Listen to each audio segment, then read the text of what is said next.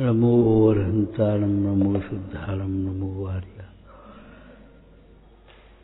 नमो वज्रयाणं नमो लोये सवसाहूणं शुद्धात्मान्मनेकान्तं साधुमुत्तम मंगलम वंदे संदष्टि सिद्ध्यर्थम संदष्ट्यर्थ प्रकाशकम मंगलम भगवान वीरो मंगलम गौतम गणी मंगलम कुंद कुंदाद्यो जैन धर्मोस्तु मंगलम सर्वमंगल मांगल्यम सर्वकल्याणकारकम प्रधानम सर्वधर्माणां जैनम जयतु शासनम मंगलमय मंगलकरण वितराग विज्ञान नमोताय आत्मे भय अरहंताज महान येनात्मा बुद्धिता स्वय परत्वे नैव चापरम अक्षयानंत बोधाय तस्मै सिद्धात्मने नमः।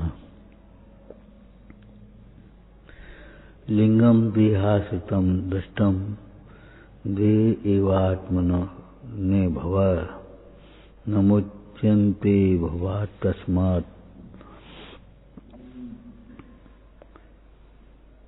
ते ये लिंगा कृताग्रहा।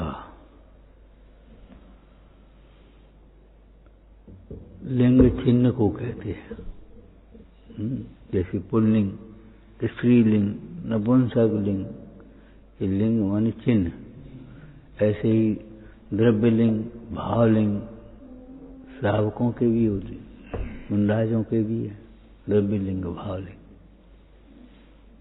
लिंग माने चिन्ह, द्रव्य माने बाहर में दिखाई दे, और भाव माने भीतर में, जैसे तुम्हारे भाव चल रहे।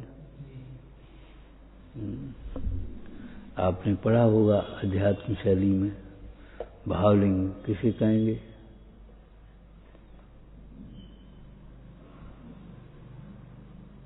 अंतरंग में जो शुद्धता प्रकट हुई है कर्म प्रकृति के अभाव पूर्वक, उसका नाम है भावलिंग।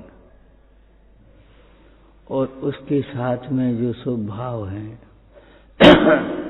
क्रियाएं हैं, वचन हैं, वो द्रव्यलिंग कहलाते हैं मुख्य रूप से। जैसे दो चौकड़ी कषाय के अभाव पूर्वक होने वाली शुद्धता, वो तो है श्रावक का अंतरंग, अंतरात्मा तो जाने उसे। और बाहर में 12 व्रतों का पालन होना, ये द्रव्यलिंग कहलाता है।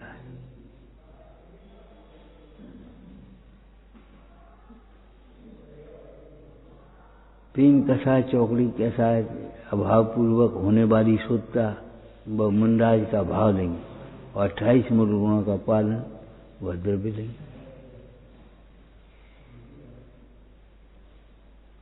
मुख्य रूप से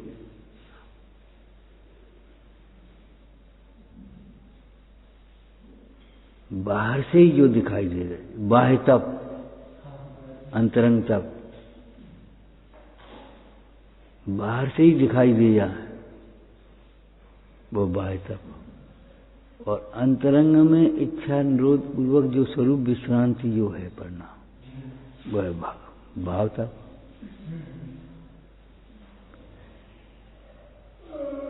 पंडित टोडरमल जी ने थोड़ा स्पष्ट किया कि देखो, मुंडाजों के जीवन में भी क्या कह रहे थे, हाँ, अंतरंग तपों में भी जो प्रतिक्रमण आदि की बाह्य क्रियाएं हैं, ये स्वाध्याय है, वो तो बाह्य तप ही है।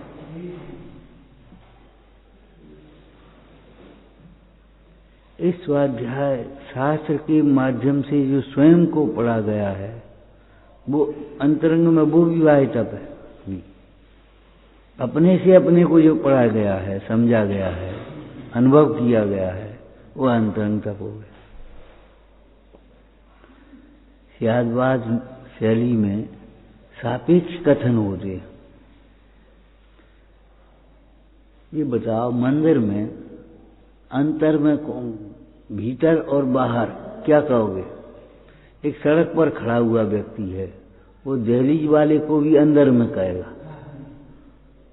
जैसे मान लो दरवाजे पर माली बैठा है और एक व्यक्ति बाहर खड़ा। क्यों भाई, बाहर कौन खड़ा है? और अगर वो भीतर आया, भीतर कौन गया? कहेगा कि नहीं कहेगा? लेकिन जो भीतर खड़ा है उसको आंगन वाला व्यक्ति भी, बाहर कौन खड़ा है? बाहर क्यों खड़े हो? तो जब उसे बाहर कहेंगे, उसे अंदर कहेंगे, उसे बाहर कहेंगे तो इसे अंदर कहेंगे, इसे अंदर ही कहेंगे, उसे बाहर ही कहेंगे, बाद बाकी सापेक्ष कथन करेंगे।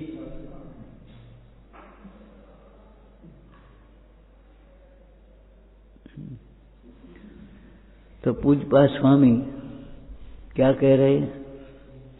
लिंगम देहाश्रितम दृष्टम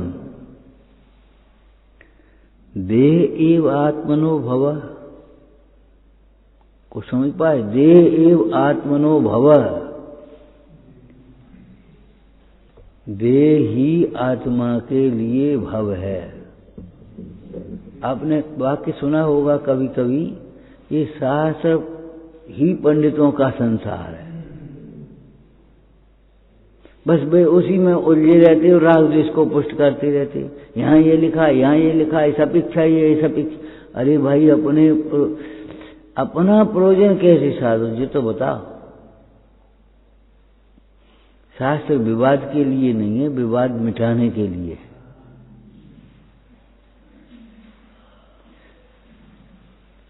पूज्यपाद स्वामी कह रहे, देह एव आत्मनो भव, देह ही आत्मा का संसार है। सामायिक पाठ में हिंदी अनुवाद में तुमने पढ़ा होगा, देही विकल्पित जाल को तू दूर कर दे शीघ्र ही, संसार वन में डालने का मुख्य कारण है यही। देही विकल्पित जाल को तू दूर कर दे शीघ्र ही, संसार वन में डालने का मुख्य कारण है यही। क्या मुख्य कारण? मुख्य कारण क्या? तो कहेंगे तो देह को, लेकिन समझना क्या पड़ेगा? देह में आत्मबुद्धि मूल कारण है संसार का।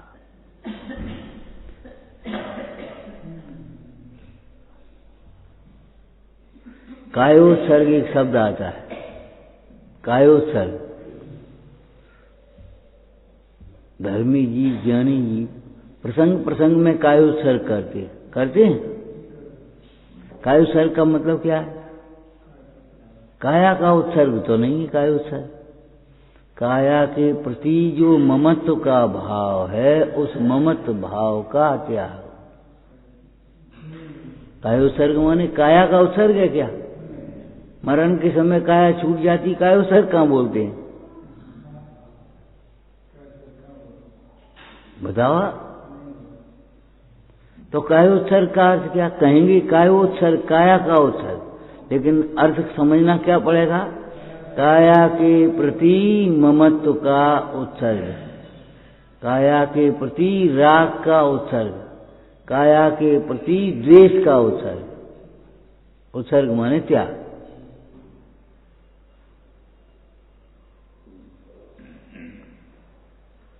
इस जगह जिम लकड़ी जिनको, जैसे कोई लकड़ी ठूंठ जल रही हो, ऐसे ये शरीर जल रहा है। न तो जलाने वाले के प्रति द्वेष है और न शरीर के जलने के प्रति द्वेष है, और कोई आकर के बुझा दे आगे तो उसके प्रति न राग है। आपको दृष्टांत दिया था, एक मुनीश्वर जंगल में बैठे, सर्दी का दिन था। एक व्यक्ति आया, भोला भगत, ग्वाला जैसा। उसने कहा, ये भैया इतनी ठंड है, ये बेचारे बिना कपड़ा के कैसे ठंड सहन करेंगे? तो उसने उठाया और एक चादर उड़ा दी। क्या मुनराज को परिग्रह हो गया कि नहीं? लेकिन अगर मुनराज के मन में ये विकल्प आ जाए, चलो ठीक है, ठंड भी बहुत थी, बस उसी समय परिग्रह हो गया। अगर मुनराज को राग का भाव आ गया, चलो ठीक है, और अगर द्वेष का भाव आ गया, कैसा मूर्ख है, ये नहीं जानते मुनि चादर नहीं ओढ़ते, उसने चादर उड़ा दी, कोई देखेगा तो क्या कहेगा, ये बड़ा तो मूर्ख आदमी है। तो परिग्रह हो गया, द्वेष आ गया ना उसके प्रति। अब चादर पड़ी है तो पड़ी है, देखेगा तो देखेगा, ये समझे कि चादर ओढ़े हैं तो समझे, हमें क्या करना, हम क्या करें उसमें। अरे धर्मात्मा जी जान दे चादर ओढ़े नहीं है, उड़ा दी गई है, इनको उत्सर्ग किया गया। कोई क्या विचार करता है इस बात पर ज्यादा ध्यान मत देना, अपन भी दूसरों के बारे में ज्यादा विचार मत करना, और बुरा विचार तो कभी करना ही नहीं। क्यों, अपना भला करने से किसी का भला नहीं होता, तो बुरा करने से बुरा कैसे होगा है? जब बुरा करने से बुरा होगा नहीं तो फिर बुरा तो करने का जो भाव हुआ उससे क्या होगा, अपना बुरा होगा, तो अपना बुरा क्यों कर रहे हो। एक दुकानदार दो बैठे, नहीं इस पड़ोसी की दुकान खूब चलती है, इसकी खूब चलती है, अब ईर्ष्या करके क्या करोगे तुम, उसकी कम तो चलने लगेगी और तुम्हारी तो ज्यादा चलेगी नहीं, इस ईर्ष्या के परिणाम से, इस द्वेष के परिणाम से, अग्निकायक के परिणाम से तुम ही अग्निकायक बन जाओगे, ईर्ष्या के परिणाम से अग्निकायक हो जाओगे। तुम्हें जलना पसंद है, जलते रहना, अग्निकायक हो जाओ।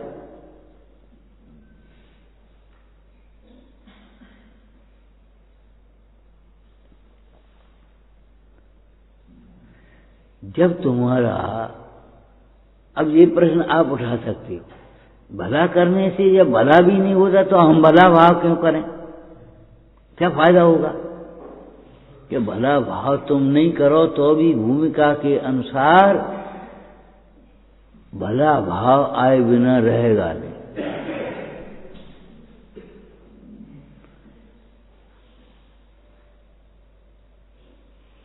अरे और तो और वीतराग सर्वक के साथ भी एक हितंकर शब्द है, हितैषी शब्द है,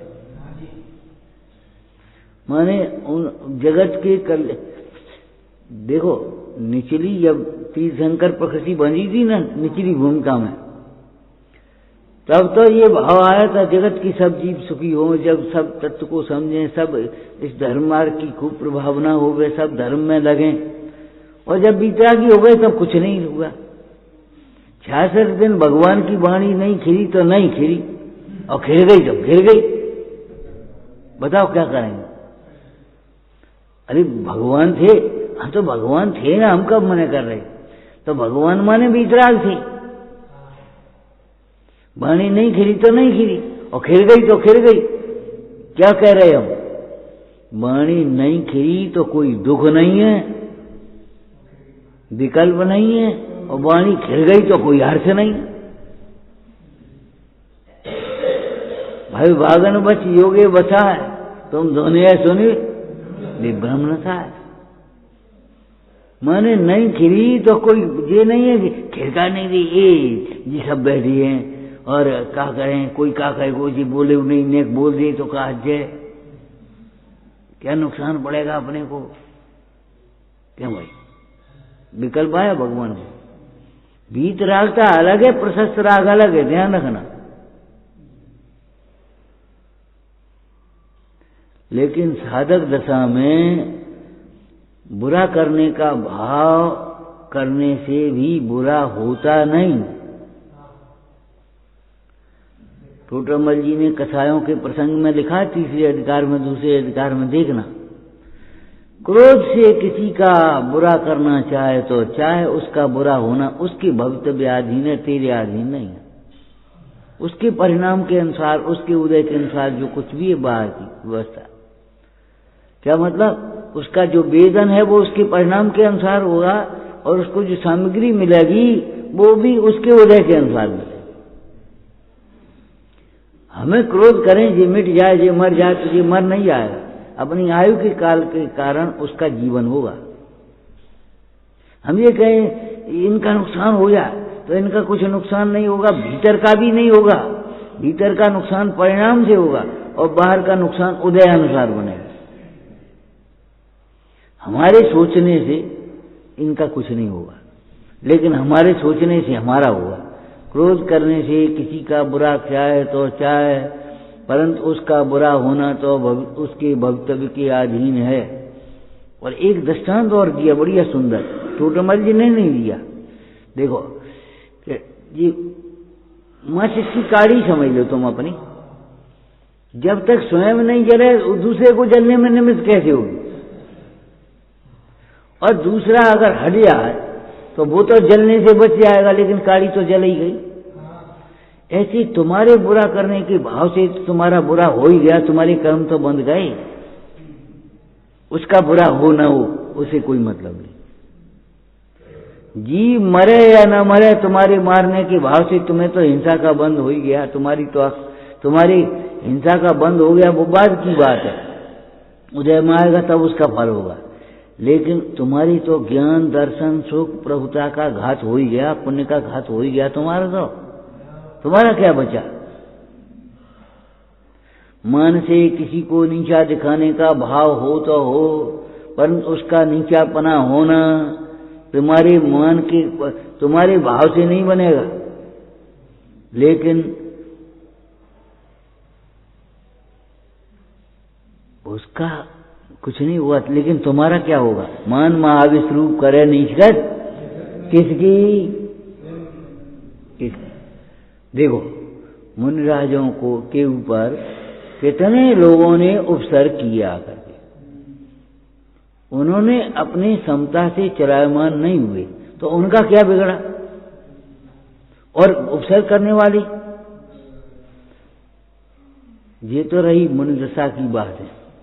अब आप श्रावक दशा में भी देखो तो श्रीपाल के प्रति, सीता के प्रति, अंजना के प्रति, चंदना के प्रति, सुदर्शन सेठ के प्रति कितने उपसर्ग किए, लेकिन उन उपसर्गों के कारण उनकी प्रसिद्धि हो ही गई, कुछ बुरा हुआ बता?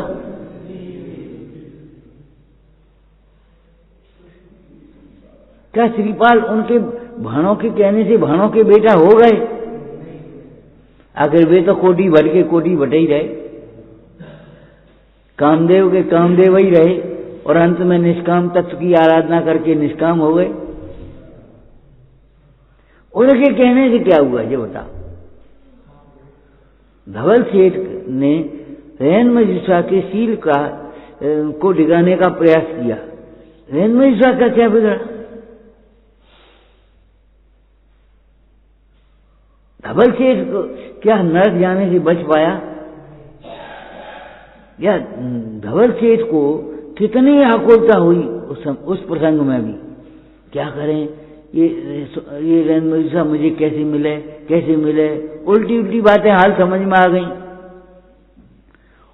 उसने समझाया, नेकराय मंत्री ने, सेठ जी लड़का बना के लाए हो, धर्मपुत्र बना करके लाए हो श्रीपाल को, वो तुम्हारी पुत्री बराबर है, पुत्र वधू है, तुम ऐसी बातें तुम्हें शोभा नहीं देती बुढ़ापे में। और क्या समझती हो, धर्मात्मा को उपसर्ग करने से तो संकट में पड़ जाओगे, तुम्हारे ये सब गड़बड़। हाँ अरे इसलिए तुम संग थोड़ी लाए, तुम जाओ नहीं। और वो आया बदला, क्यों सेठ जी क्या बात है? अरे ये बात है। अच्छा बस इतनी सी बात, रुपया दो थैली। अभी श्रीपाल को समुद्र में गिराते और रैन मजिस्ट्रा तुम्हारी हो गई। श्रीपाल को समुद्र में गिराने से श्रीपाल का भी कुछ नहीं बिगड़ेगा। श्रीपाल ने भी यही कहा कि तुम हमें समुद्र में नहीं डालते तो रैन गुणमाला कैसे गवाई जाती। आप जैसे सज्जन भूपाल से हमारा मिलाप कैसे होता। लेकिन इन बातों से क्या धवल सेठ का कुछ भला हो पाया? श्रीपाल की क्षमा से धवल सेठ का क्या हुआ ये बता। हमारी राय तो ये है, धवल सेठ को क्षमा कर दिया यार। बेटा सोच लो तो वही तुम्हारा ही अपराधी है मुख्य रूप से। रैन मजिस्ट्रा को कुदृष्टि से देखा, तुम्हें समुद्र में गिराया और फिर भाणों का बेटा कहलवाया। अब तुम्हारे ही प्रति अपराध करे ऐसे आदमी को छोड़ दो तो भैया तुम जानो, तुम्हारा काम जाने, हम क्या कहें। कि पिताजी को छोड़ दिए आ जाए। एक बार पुत्र कहकर के पुकारा, पिता कहकर के पुकारा, अब दंड नहीं। मंद कसाय में दंड देने का भाव नहीं आता और तीव्र कसाय में सहाय करने का भाव नहीं आता। हम कह रहे कितने ही लोग क्या करें, धर्म कार्यों में मध्यस्थ हो जाते हैं, जबकि दुर्जनों में मध्यस्थ होना चाहिए, विपरीत कार्य में मध्यस्थ भावम विपरीत वृत्ति में, और धर्म कार्यों में मध्यस्थ। अपन तो मध्यस्थ है, अपन कछु मतलब नहीं, क्या कछु वो है मध्यस्थ, इसका मतलब विपरीत कार्य है।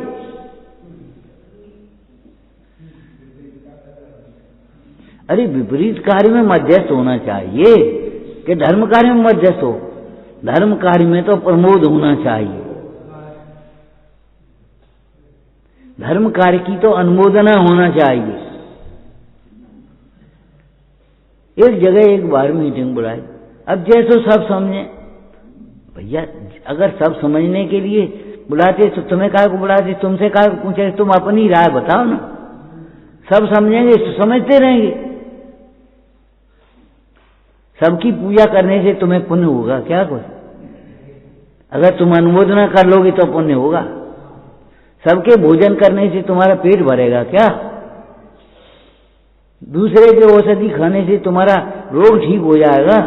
अब जैसो सब समझे। अरे जी कहो नहीं, हमारी राय तो ये है, फिर आप जानो, वो एक अलग बात है। नहीं मानी तो कोई बात नहीं, मानी तो कोई बात है। माने प्रतिष्ठा बिंदु नहीं बना ये तो ठीक है, लेकिन अब जैसे सब समझे जी कौन सी बात आ रही?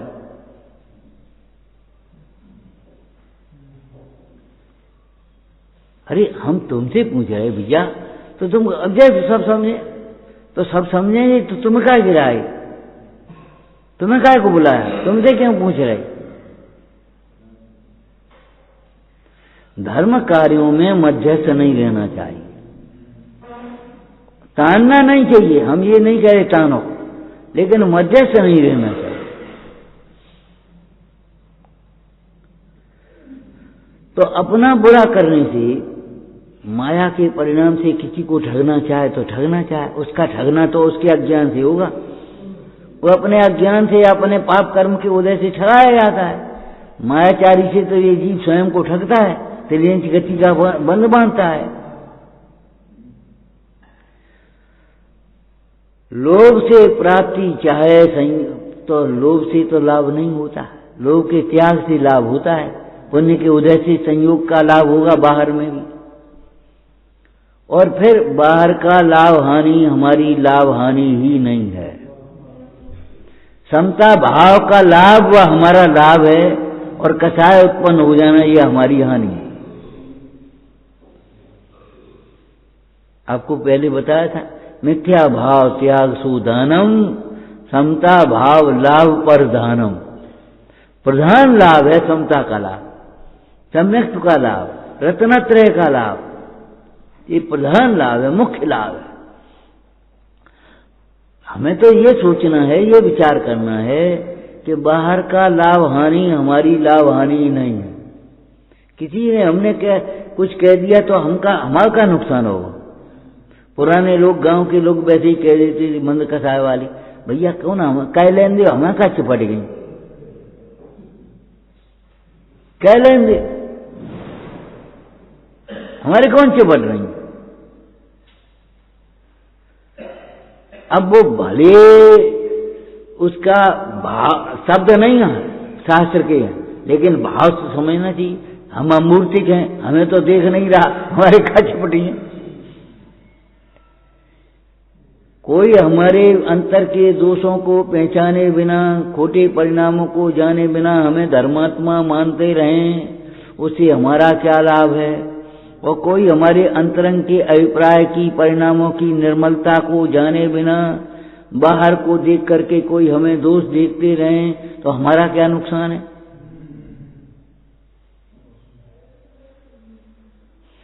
अपना भला बुरा तो अपने परिणामों से होता है, परिणाम से नहीं, परिणामों से। उपयोग को एकाग्र करके पढ़ा करो भैया। अपना भला बुरा तो अपने परिणामों से होता है। बोलो, अर्थ करो इसका। बोल तो जल्दी से दिए, अब क्यों चुप हो रहे? मिथ्यात्व परिणाम से अपना बुरा होता है, ठीक है ना। अज्ञान परिणाम से अपना बुरा होता है, असंयम परिणाम से, पाप परिणाम से अपना बुरा होता है, सम्यक्त परिणाम से अपना भला होता है, ज्ञान परिणाम से अपना भला होता है, ज्ञानमय परिणाम से अपना भला होता है, समता भाव से वितरागता से अपना भला होता है, कसाय से बुरा होता है। परिणाम में ये आ गए, अपना भला बुरा अपने परिणामों से होता है। इसका अर्थ क्या है? उसी परिणाम से बुरा होगा, उसी परिणाम से भला थोड़ी हो जाएगा। मिथ्या परिणाम से, अज्ञान परिणाम से, कसाय परिणाम से अपना बुरा होगा, सम्यक परिणाम से, ज्ञान परिणाम से और साम्य भाव से अपना भला होगा।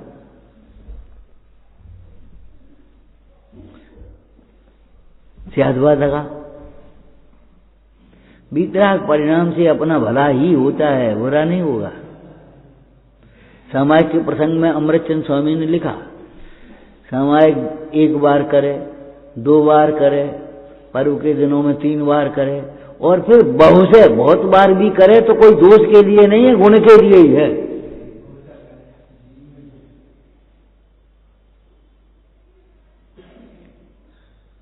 संत कवि ने विधान में लिखा, बार बार के कहन से नहीं पुनरुक्त भनंत। यहाँ पुनरुक्ति दोष नहीं है, बार बार स्तुति कर रहे हो आप, बार बार गुणगान कर रहे हो, ये दोष नहीं है, ये गुण है। क्यों? अच्छा काम बार बार कर रहे, बुरा काम थोड़ी बार बार कर रहे। गंदा काम बार बार, बुरा काम बार बार करोगे तो बुरा काम बुरा ही है, बार बार करो चाहे एक बार करो। और भला काम तो ये एक बार बार करने से भला ही हो जाएगा, बुरा तो नहीं होगा। बार बार के कहन से नहीं पुनरुक्त बनन। वह पुनरुक्ति दोष नहीं है, पुनरुक्ति नाम का एक अलंकार है।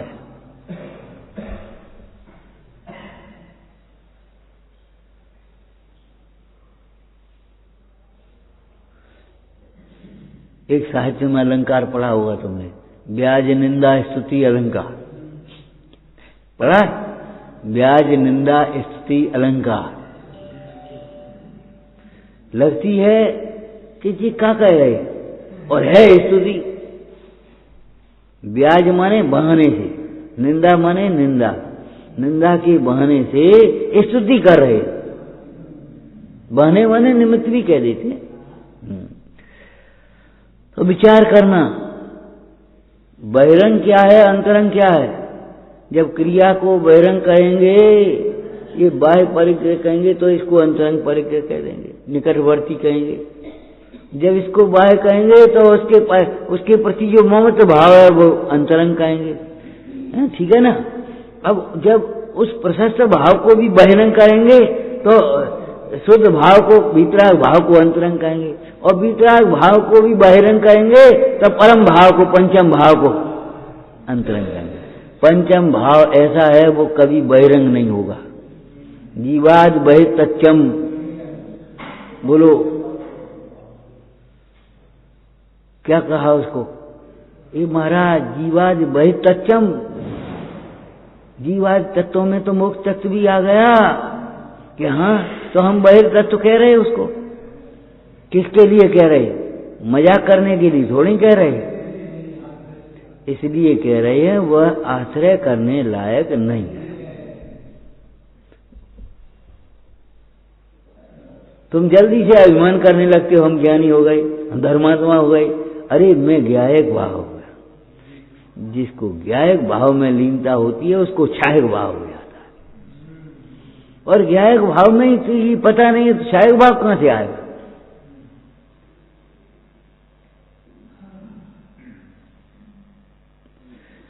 तो यहां कहते हैं,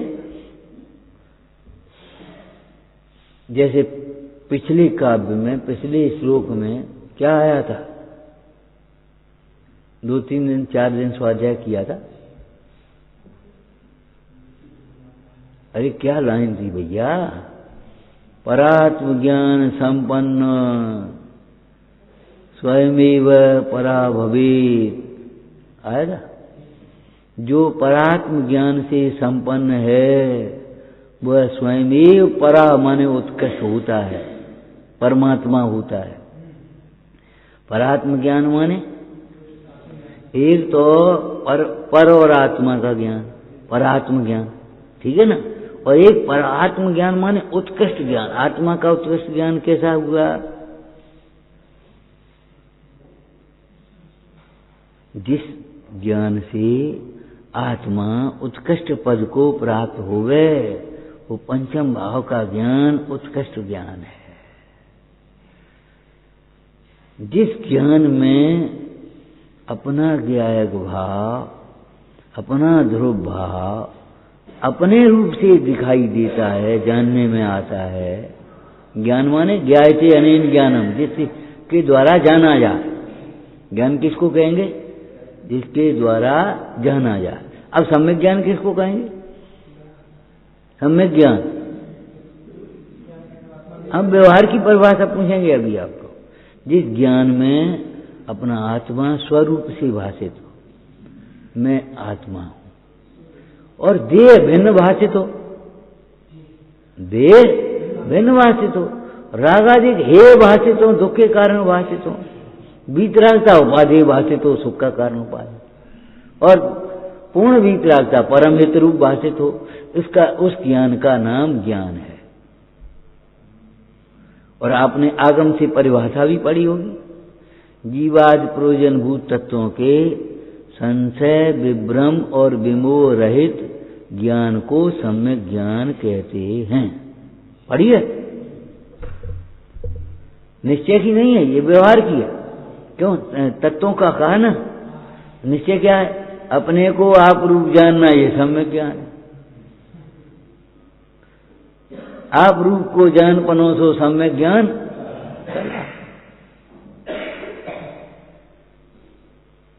तो जो कार्य होता है वह स्वयं ही होता है, आपके चाहने से नहीं होता। देखो, पाप के परिणाम है और सुखी होना चाहे तो कैसे होगा? नहीं होगा, चाहने पर भी नहीं होगा ना। जहर को अमृत मान करके पीने वाला भी मरता ही है, जीता नहीं है। और अमृत जहर को, नकली को असली मान करके भी अगर जहर खा जाए तो वो मरेगा तो नहीं। एक आदमी गोसा आ गई और टेंशन हो गया घर में, तो जहर ले आया और रात को खा के सो गया कि अब बस खत्म मामला, अब ठीक है। और वो सवेरे उठ गया, उन्हें जी का चक्कर हो, हमने जहर खाया था। अब वो क्या है कि भैया जहर भी नकली था। माने समझ में आया कि नहीं आया? एक मार्केट की स्थिति बताई, जहर भी या नकली बिके तो क्या हो? माने खाद्य सामग्री नकली है, सोना नकली है, चांदी नकली है, लेकिन जहर भी नकली है। मालूम है क्यों? ये सब नकली सोना, नकली चांदी, नकली भोजन, नकली खाद्य सामग्री, नकली दूध, नकली घी, ये सब क्यों मिल रहा है? पुण्य नकली है आपका। क्रियाएं आपकी नकली हैं, भाव शून्य है।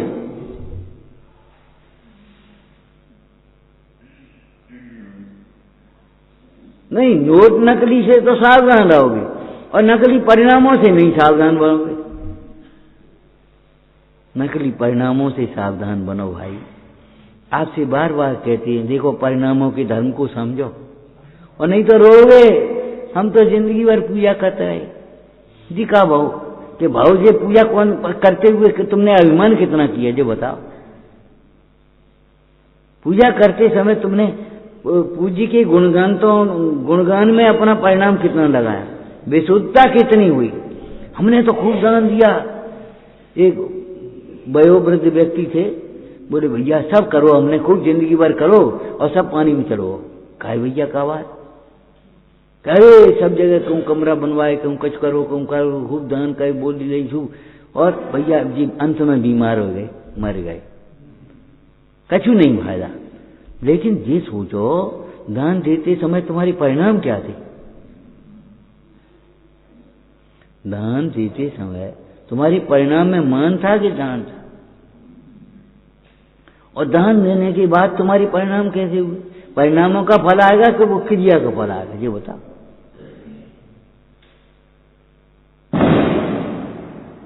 तुमने तपस्या किया, ठीक है, तपस्या हम मान रहे, लेकिन तपस्या कामनाओं की पूर्ति के लक्ष्य से किया कि कामनाओं के अभाव के लक्ष्य से किया, ये बताओ। इच्छा निरोधक तप है कि इच्छा पूर्ति तप है? भैया बोले देखो भाई हम ऐसा काम नहीं होगा तब तक हमें ये त्याग। तो काम के शर्त लगा करके त्याग क्यों किया तुमने? तुम आत्मविशुद्धि के लिए अगर त्याग करते तो तुम्हें त्याग का फल मिलता। अब आत्मविशुद्धि नहीं करी और वैसे त्याग किया शर्त लगा करके, जैसे अपने लौकिक में करने लगते हैं, लड़का ठीक हो जाए तो छत चढ़ाएंगे, नहीं ठीक हो तो नहीं चढ़ाओगे। अरे तुम्हें चढ़ाने हैं बहुमान से चढ़ाओ, ये 3 लोग के नाथ हैं, इनकी छत छाया में हमारा जीवन बीते।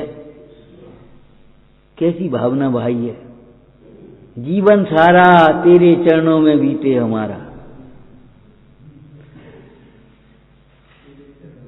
निस्दिन तुमको जपूं जग से नेहा तजूं, जीवन सारा तेरे चरणों में बीते बेचारा हमारा, आपके चरणों में हमारा जीवन बीते।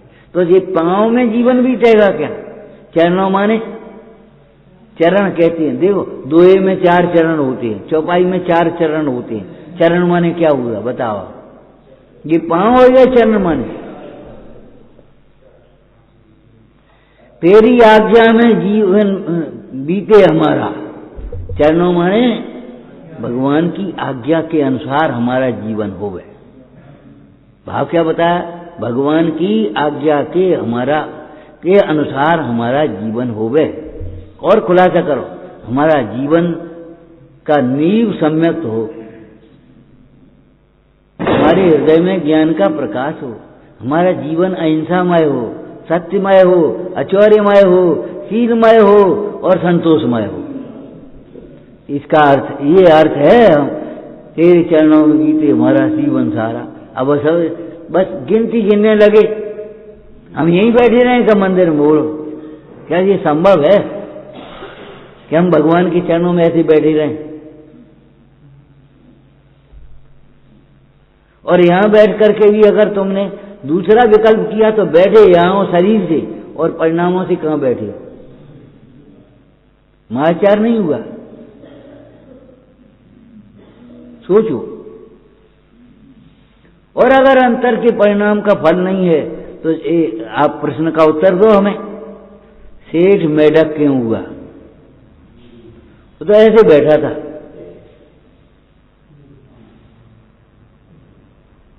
जब तक दीपक जलता रहेगा तब तक हम सामायिक हम बैठे रहेंगे। ऐसे ही था, ऐसे बैठा था, फिर मेढक क्यों हो गया? और मेढक ने पूजा नहीं कर पाई, दब करके मर गया, देव कैसे हो गया? अगर परिणाम का फल नहीं है, क्रिया का फल है तो बता दो आप। और अगर आपको ये लगता है परिणाम का फल है तो इस परिणाम के धर्म को पहचानो। हम आपसे बार बार कहते हैं इस बात को, देखो भाई धर्म तो परिणामों से होगा ही, पुण्य और पाप भी परिणामों से होगा आपका। और नहीं तो धोखे में पड़ जाओगे। हम तो धर्म कर रहे, हम तो ये कर रहे, हमने खूब स्वाध्याय किया। अरे स्वाध्याय कहाँ किया तुमने? शास्त्र के माध्यम से कहाँ पढ़ा तुमने अपने परिणामों को? स्वाध्याय किया और पाप को दुख का कारण जाना ही नहीं, और धर्म को सुख का कारण नहीं जाना। धर्म में मध्यस्थ बने रहे और पाप के कार्यों में उल्लास बना रहा, विकथा के लिए तैयार बने रहे और धर्म कथा के लिए गूंगे बन गए, बहरे बन गए। सोचो, विचार करो, अब तुमने स्वाध्याय कहाँ किया? स्वाध्याय में क्या लिखा बता? स्वाध्याय में परमार्थ तो लिखा नहीं है कि अपने मन बहुत। हम जी कहते हैं, कई बार कह देते, भैया ऐसे अगर जैसे तुम शास्त्र समझना चाहते हो ऐसे तो 5वां क्लास पास नहीं कर पाओगे। काउ दिन स्कूल गए, काउ दिन नहीं गए, आके बैठ गए, ना होमवर्क, ना कुछ, ना अटेंडेंस, ना अनुशासन, ना आदर, ना विनय, कुछ नहीं। अब स्कूल का अब बताओ 5वां क्लास पास कर लोगे तुम? ये पढ़ाई, ये स्वाध्याय बताओ, वो तो अनादिकाल का परिचित है और ये तो अनादिकाल का अपरिचित मार्ग है। आप कैसे समझ पाओगे शास्त्र में क्या लगा? अब यही कहते हो हमें समझ में नहीं आता, हमें समझ में नहीं आता। जब तुम्हारे अंदर में विनय नहीं आएगी, लिखा है स्वयमेव पराभवेत्, जो पाप करता है वह स्वयमेव दुखी होता है, पुण्य करता है वह स्वयमेव अनुकूल सामग्री को प्राप्त कर लेता है, और धर्म करता है वह स्वयमेव सुखी होता है। उसे सुखी किसी को करना नहीं पड़ता, वो बाहर से सुखी नहीं है, भीतर से सुखी है। उपसर्गों के काल में भी जब तुम उन्हें दुखी देख रहे हो तब वे भी सुखी हैं। समता रसपान किया करते सुख दुख दोनों की लड़ियों। आपको क्या लग रहा है? शरीर में रोग है, दुखी, और वे क्या कर रहे हैं? आनंद का वेदन। आपसे कहा था, चक्रवर्ती से कहा एक व्यक्ति ने, चक्रवर्ती भरत से एक व्यक्ति जाकर के बोला, महाराज आपके तो खूब ठाठ हैं। बोले हाँ भैया ठाठ तो हैं, आनंद तो है, आपके तो खूब आनंद है। कि हाँ आनंद तो है, परंतु, बोले परंतु क्या करे? कि जिससे तुम आनंद मान रहे वो आनंद नहीं है। हमारे चरणों में 6 खंड के मुकुटबद्ध 32,000 राजा नमस्कार करते हैं, तब हमें आनंद नहीं होता। ये तो पुण्य का क्षय हो रहा है। जब हमारा मस्तक निर्गंथ मुनराज के चरणों में झुकता है, जिनराज के चरणों में झुकता है, तब हमें जो आनंद होता है वो अलग बात है। हमारी आज्ञा सब मानते तो हमें आनंद नहीं होता। हम जिन आज्ञा मानने में सावधान रहते हैं इसलिए हमें आनंद है। महाराज आपके तो खूब आनंद है। क्या? हाँ, परंतु तुम जिससे मान रहे हो आनंद, वो से आनंद नहीं है हमें। हमें आनंद है हमारे परिणाम अंतर्मुख हुए, हमने भगवान के मार्ग को समझा, उस मार्ग के पथिक बने, इसलिए हमको आनंद है।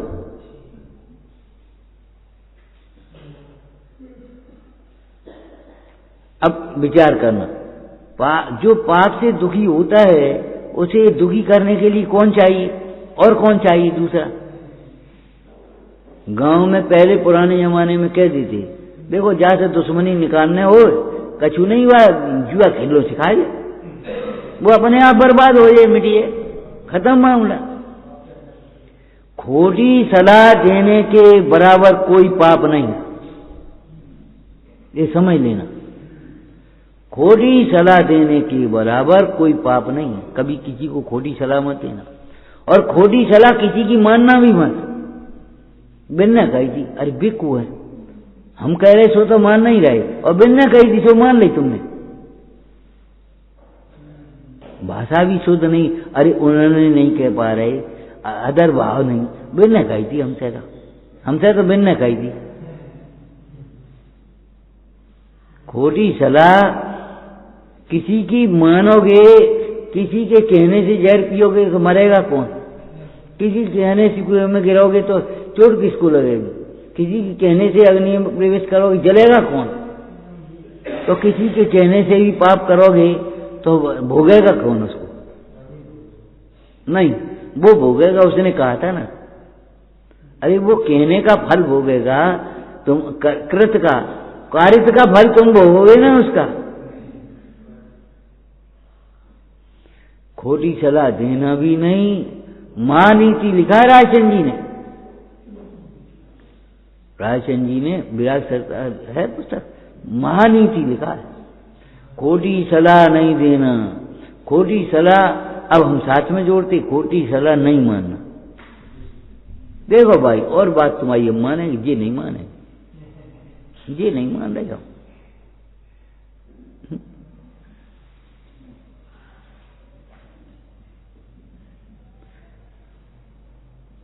हर निर्णय आत्महित की दृष्टि से करना।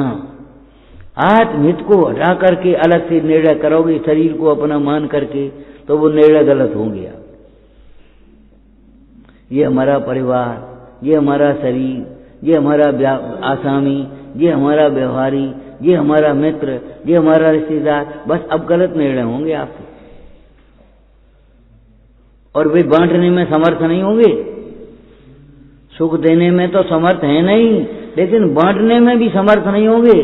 शुद्ध धारा होए न सीरी, सब स्वार्थ के हैं। स्वार्थ माने बुरी बात मत समझ लेना कछु। स्वार्थ माने अपना अपना परिणमन कर रहे, वे तुम्हारा कैसे कर रहे। अरे बांटना चाहे तो नहीं बांट पाएगा। माँ बैठी रहे, बेटे की वेदना को बांट नहीं सकती। बैठी बैठी स्वयं दुखी हो सकती है अपने राग से, लेकिन बेटे की वेदना को कैसे बांटेगी। एक द्रव्य के द्वारा दूसरे द्रव्य का कुछ भी किया जाना अशक्य है। एक द्रव्य के द्वारा दूसरे द्रव्य का वेदन करना, भोगना अशक्य है। वेद वेदक भाव भी अभेद होता है और कर्ता कर्म भाव भी अभेद होता है। स्वाध्याय माने जे थोड़ी है 2 लाइनें पढ़ी और हो स्वाध्याय, हम पे कछु असर ही नहीं। बहुत दवाई खाए जा रहे, और यही नहीं है कि हम कछु ठीक हो रहे कि का हो रहा हो, कछु नहीं। मंदिर में घुसने से पहले और मंदिर से निकलने के समय ये देखना चाहिए हमारे अंदर में विशुद्धता कितनी आई, हम कितनी देर मंदिर में रहे। ये महत्व की बात नहीं है, हम विशुद्धता कितनी लाई ये सोचो। व्यापार में कितनी बिक्री हुई है, थोड़ी इनकम कितनी हुई ये देखो। व्यापारी का प्रयोजन तो नफा है, व्यापारी का प्रयोजन टर्नओवर घुमाना नहीं अपना। व्यापारी का प्रयोजन तो कई बार रखा हुआ माल को दाम के दाम में बेच देता है व्यापारी, तो जामे का नफा भाई। अरे ये नफा है, पैसा आओ तो नव माल ले आए तो हमें नफा मिल जाए। समझ रहे कि नहीं आप। व्यापारी का प्रयोजन नफा होगा। अब जो बहुत दिन से डरी है पूंजी ब्लॉक है, चलो ठीक है 10 रुपया कमाए कोई फर्क नहीं पड़ता, आगे में 10 रुपया कमाएंगे। और जी ग्राहक अभी ले गया, चलो आगे फिर आएगा तब इसी पर 10 रुपया फिर कमा लेंगे। माने प्रयोजन क्या है उसका, नफा का। ऐसे ज्ञानी का प्रयोजन तो एक वितराग भाव है, एक भाव विशुद्धि है, और भाव विशुद्धि में प्रधान दर्शन विशुद्धि है। दर्शन विशुद्धि अपनी नहीं रही तो मतलब क्या निकलेगा। कुमुदचंद्राचार्य देव कहते हैं कल्याण मंदिर में, यस्मात् क्रिया प्रतिफलंत न भाव शून्य। भाव शून्य क्रिया प्रतिफलित नहीं होती। इसलिए हमें तो ऐसा लग रहा है, हे भगवान आपका कभी नाम भी नहीं सुना, आपको कभी देखा भी नहीं, आपकी कभी पूजा नहीं करी। अगर हमने देखा होता, नाम भी सुना होता, तो ये विपत्तियां क्यों आ रही होती। अरे नाम सुनने वाले कुत्ते को भी देवगति मिल गई। सोचो, नाम सुनने वाले कुत्ते को भी देवगति मिली, उसने सुना। परिणाम रहित सुनने का नाम सुनना नहीं है। हम रोज सुनते हैं, आपके तो प्रवचन तो हम सुनते ही, एक तो सुनता ही है। अरे आपके क्यों कह रहे हो, जिन वचन है ये एक बात। दूसरी रोज सुनती हो, इतने दिन हो गए सुनते सुनते, रोज सुनते हो, ये कह रहे हो। आदत पड़ गई चाय जैसी सुनने की। उस पर विचार करो तो आचरण में आएगा, विचार नहीं करोगे तो आचरण में कैसे आएगा भैया। इस परिणामों के धर्म को समझो। क्या परात्म ज्ञान संपन्न स्वयमेव परा भवे। अज्ञान से जो अज्ञानी जीव है वह स्वयमेव दुखी होता है। व्यसनी को कौन दुखी करने के लिए क्या चाहिए? कौन सा मुहूर्त? के सारे व्यसन ही दुख का कारण है। व्यसन नाम व्यसनों का भी है, विशेष आदत का भी है, और व्यसन नाम स्वयं दुखी का है। व्यसन माने दुख, डिक्शनरी देखना, व्यसन माने दुख ही निकल मिलेगा।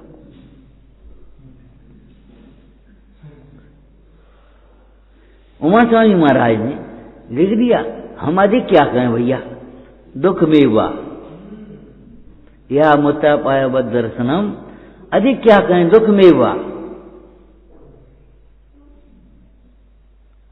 ये दुख रूपी हर तरह से दुख से ही उत्पन्न है, दुख को ही उत्पन्न कर रहे हैं, और वर्तमान में दुख रूप है। दुख में हुआ तो जैसे पाप करने वाला स्वयं एक दुखी होता है, धर्म करने वाला स्वयं एक सुखी होता है। अब दूसरे के द्वारा क्या करेंगे? मान्यता इस जीव की स्वयं विपरीत है, तो पर जीव को दुख सुख का कारण मानता है, दोष पर को देता है। यह अज्ञानी का अज्ञान है। अज्ञानी का यह अज्ञान है कि दुख कोई भी अपने कारण, अपनी कसाय के कारण दुख नहीं मानता। जितने भी आपको एक रजिस्टर लेकर के चले जाओ और पूरे गांव में घूमे आना दो और नोट कर लाना, क्यों भैया तुम कोई दुख? कि हाँ हमारा लड़का बात नहीं मानता इसलिए हैरान है। अरे लड़का नहीं मानता इसलिए तुम क्यों हैरान हो? तुम भगवान की नहीं मानते इसलिए हैरान हो। लड़के को अपना मानते हो और लड़के को अपने अनुसार मनवाना चाहते हो, इसलिए हैरान हो।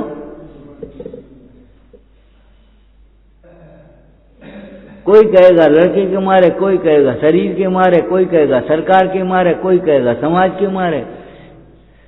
कोई ये कहने वाला बिरला होगा और समझने वाला तो बहुत बिरला होगा कि हाँ कसाय से दुखी है, और जीव अपनी कसाय से दुखी होता है, पर के कारण नहीं। बोलो सच्ची है? हाँ सच्ची है। अब जो सच्ची है और तुम कह रहे हो सो सच्ची है, तो मंदिर का धर्म अलग और दुकान का धर्म अलग है।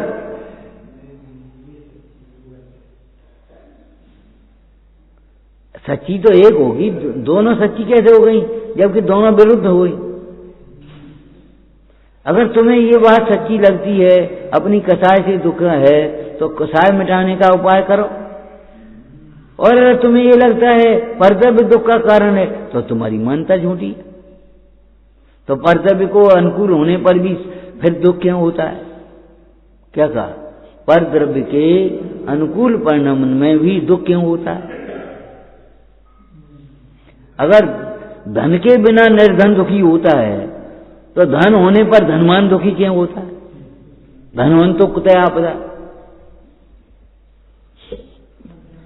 अगर धन के अभाव में दुख है, तो मुंडाज दुखी क्यों नहीं है और धनवान दुखी क्यों है?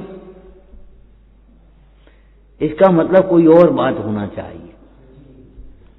धन के अभाव में दुखी नहीं, धन की चाह से दुखी है, तृष्णा से दुखी है, अज्ञान से दुखी है। आकुलित भयो अज्ञान धार, और फिर भी परद्रव्य को दुख का कारण मानते हैं। ये मोह का फल है, दुष्फल। और जो जीव पर को अपने दुख का कारण मान करके पर को अपने बदलने की कोशिश करते हैं, वे कभी सुखी नहीं होते।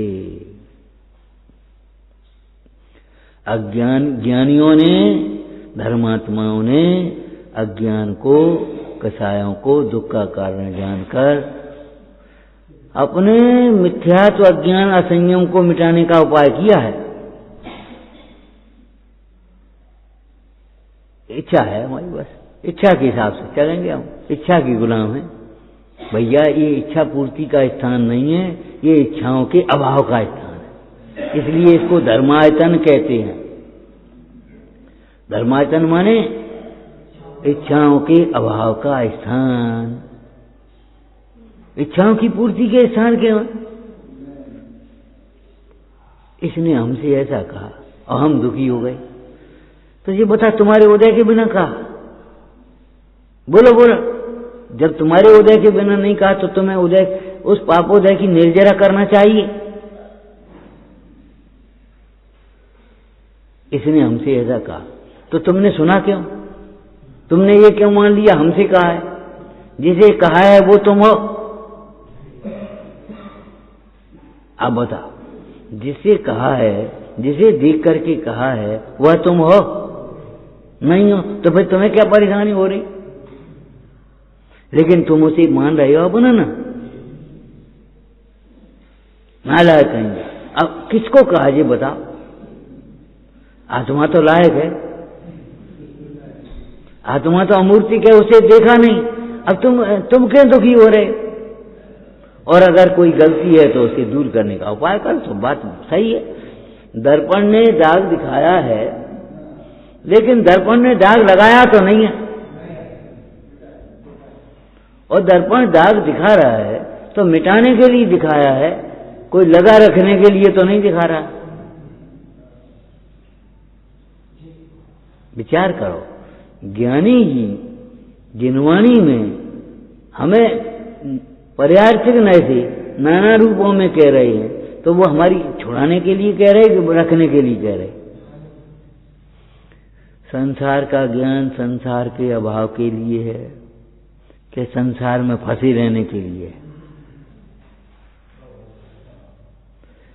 डॉक्टर कहता है तुम्हें अमुक रोग है, तो रोग के मिटाने के लिए निदान करता है कि रोग बनाए रखने के लिए निदान करता है? तो फिर मिटाने का उपाय करना चाहिए। इसी तरह का ये बहुत बढ़िया वाक्य है, क्या? आत्मनो दे एव आत्मनो भव, देह ही आत्मा का भव है। अगर देह को अपना नहीं मानते तो किसको अपना मान पाते? जहां देह अपना ही नहीं को।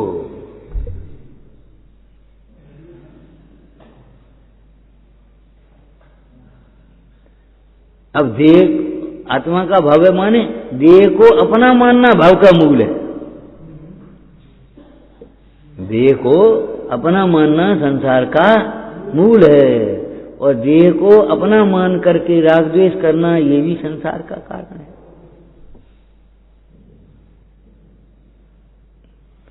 ऐसा जानकर देह को अपना मानना छोड़ो। जब देह आत्मा का संसार है, तब देहाश्रित लिंग मोक्ष का मार्ग कैसे होगा? इसलिए भावलिंग को प्रकट करने का उपाय करो।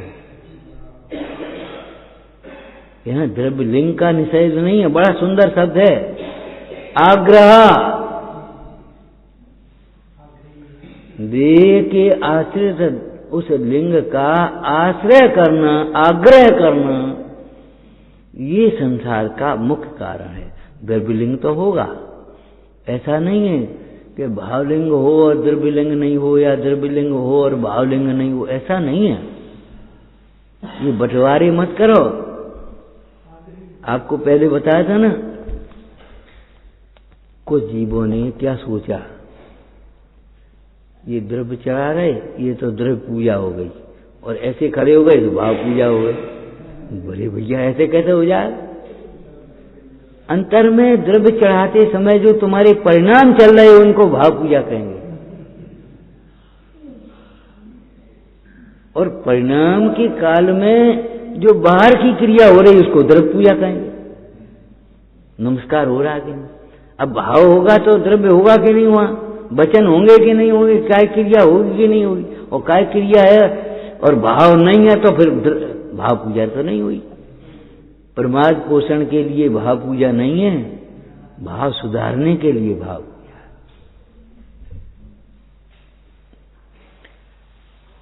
बड़ी सूक्ष्मता से स्वाध्याय करो, अभिप्राय को सम्यक रख करके स्वाध्याय करो, अत्यंत विनय भाव से स्वाध्याय करो। ओम नमः। हे जिनवाणी भारती तो जपूं जिनने, जो तेरी शरणा गए सो पावे सुख चैन। या वाणी के ज्ञान से सूझे लोकालो, सो वाणी मस्तक सदा हूँ धो।